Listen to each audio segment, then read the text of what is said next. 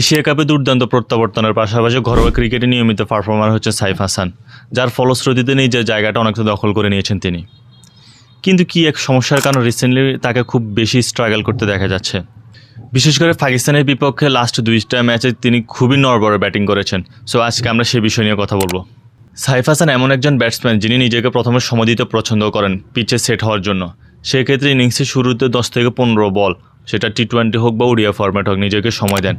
একবার সেট হতে পারলে নিজেকে তিনি পুরো দমে মেলে ধরতে সক্ষম হয় এবং তিনি কতটা ক্যাপাবল সেটা তিনি প্রদর্শন করতে সক্ষম হন।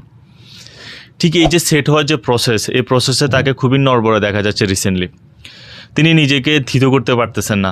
আমরা সেটা রিসেন্টলি লাস্ট বিপিএলে আমরা সেটা লক্ষ্য করেছিলাম, যদিও বিপিএলের পরে তিনি নিজেকে অনেকটা ওভারকাম করতে সক্ষম হয়েছেন পরবর্তী ডোমেস্টিক ক্রিকেটে। বাট সেই সমস্যাটা আবার পুনরায় রিসেন্টলি হওয়া পাকিস্তানের সাথে দেখা যাচ্ছে। পাকিস্তানের যে বোলিং লাইন আপ, সেই বোলিং লাইন আপের বিপক্ষে তিনি নিজেকে কোনোভাবে মানানসই করতে পারতেছেন না। বিশেষ করে অফ স্টাম্পের বাইরে করিডোরের বলগুলো তিনি অনেকটাই হার্ড হ্যান্ডে ক্রিকেট খেলতেছেন, যার কারণে তিনি বলের লাইন লেন্থ প্রেডিক্ট করতে পুরোপুরি ব্যর্থ।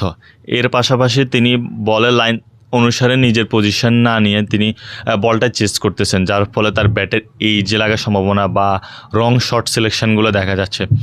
এই কারণে তিনি 2টা ম্যাচে তিনি নিজে স্কোর বড় করতে পারেন। বিশেষ করে প্রথমে যে সময়টা তার প্রয়োজন হতো, যে প্রথম 8-10 বল বা 15 বল, সেই সময়টাই তিনি পাচ্ছেন না, যার ফলশ্রুতিতে তিনি এতটা ভালো উইকেট ব্যাটিং ফ্রেন্ডলি উইকেট থাকা সত্ত্বেও নিজেকে মেলে ধরতে পুরোপুরি ব্যর্থ।